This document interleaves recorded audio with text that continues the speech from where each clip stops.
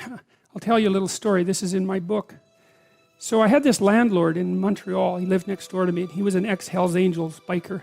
He'd spent a lot of time in prison.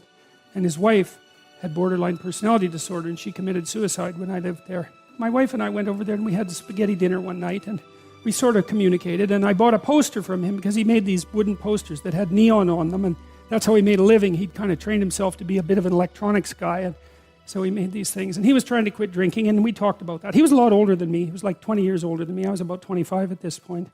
And we got along pretty well. But every now and then he'd go out and drink.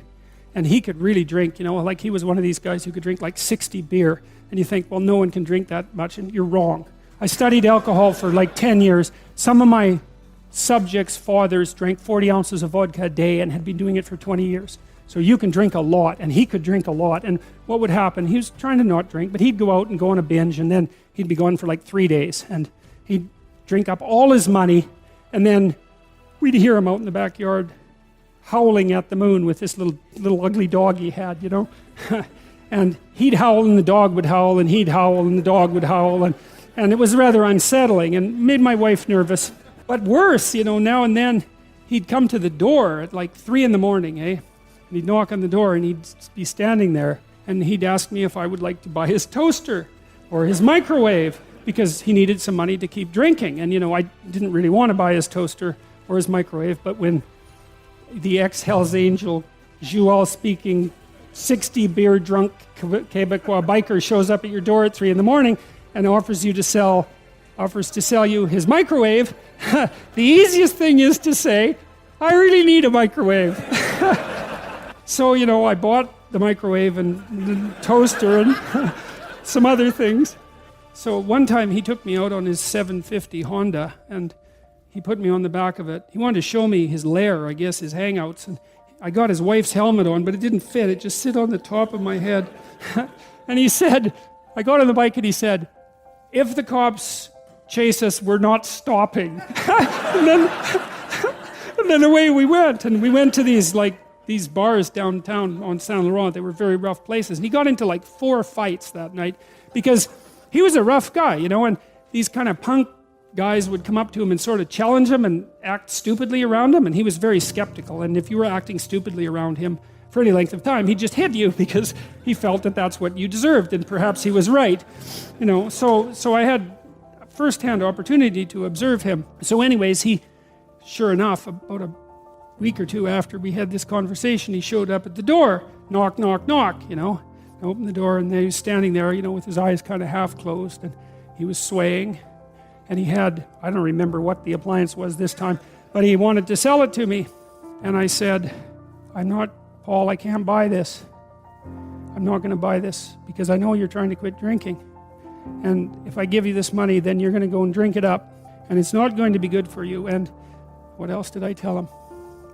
I think I told him as well that this whole thing of him coming to my house at like 2 in the morning was scaring my wife, who he liked, and that it had to stop. And believe me, man, I was thinking about what I was saying, because he was watching me like a rough guy watches you. And a rough guy watches you like this. He thinks, if you say one thing that indicates contempt, you're going to bloody well pay for it. And so I was finding my words like, you know, I was crossing a swamp and trying to look for the rocks underneath the surface. And I said what I had to say very, very carefully. And he looked at me for about 15 seconds. And that's a long time to be looked at 3 in the morning. And he left. And he never came back to sell me anything again. And we got along fine.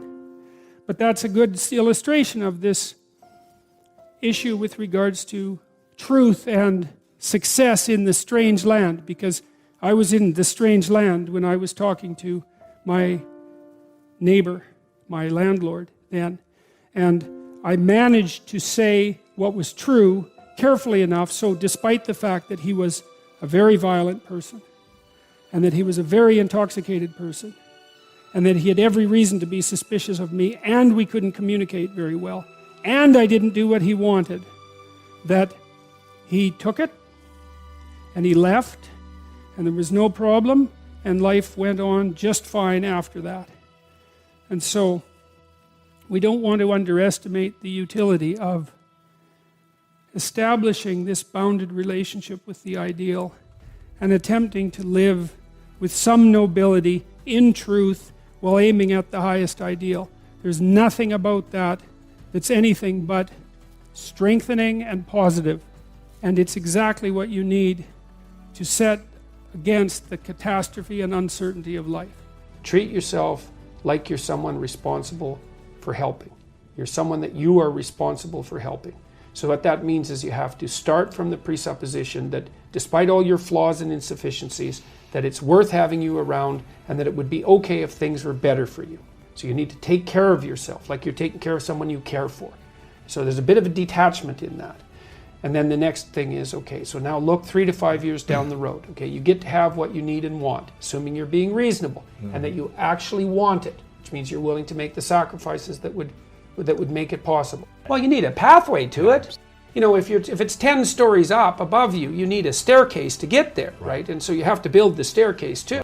And so in the future authoring program, so you're asked, first of all, okay, you get to have what you want and need. That's the proposition.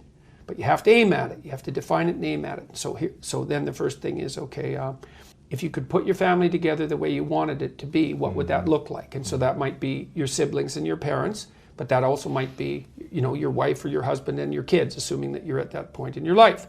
If you could have the family you wanted, what would that look like? Right? Okay. Career, same thing. You get to have the career or the job that is within your grasp, necessary, and suitable for you if you were taking care of yourself. How are you going to educate yourself? Because you're not as smart as you should be. There's a lot more things you need to know. So you got to keep learning and moving forward. So you need to plan for that. How are you going to take care of yourself mentally and physically? Right? So how are you going to avoid the catastrophic temptations, for example, of drugs and alcohol? Because that pulls a lot of people down. You need a plan for that. You're going to be a social drinker. How much are you going to drink? How much is too much? What about your drug use? You got to regulate that so it isn't a pitfall. How are you going to use your time meaningful and productively outside of work? Because you need a plan for that. So do you want a long-term, stable, intimate relationship? And if you do, then how would you like that to lay itself out? You got to have a vision for that, because if you don't have a vision, you're not going to aim at it. And if you don't aim at it, then you won't even see the opportunities when they arise. That's the thing that's so cool. I wrote about this in chapter 10, which is be precise in your speech. It's a chapter about the fact that aims structure your perceptions. So for example, once you aim at something, your brain, literally, the perceptual structures in your brain, in your visual cortex, reorient themselves to calculate a pathway to the aim. And then what they show you in the world is obstacles to that path and open pathways to the path. That's actually how the world reveals itself. Just like when you're driving in a car and you have a map and you aim at a particular place, then all the things that are related to that place show up in the world. It's exactly the same thing, because you are traveling through time and space, right? And you need a map. And so after you answer these 7 questions, and you're encouraged to do it badly, because a bad plan is better than no plan. It gives you something to improve. So even if your aim is vague, and even if it's off target, if you start aiming and you see you're off target, then you can shift and you can make it more precise.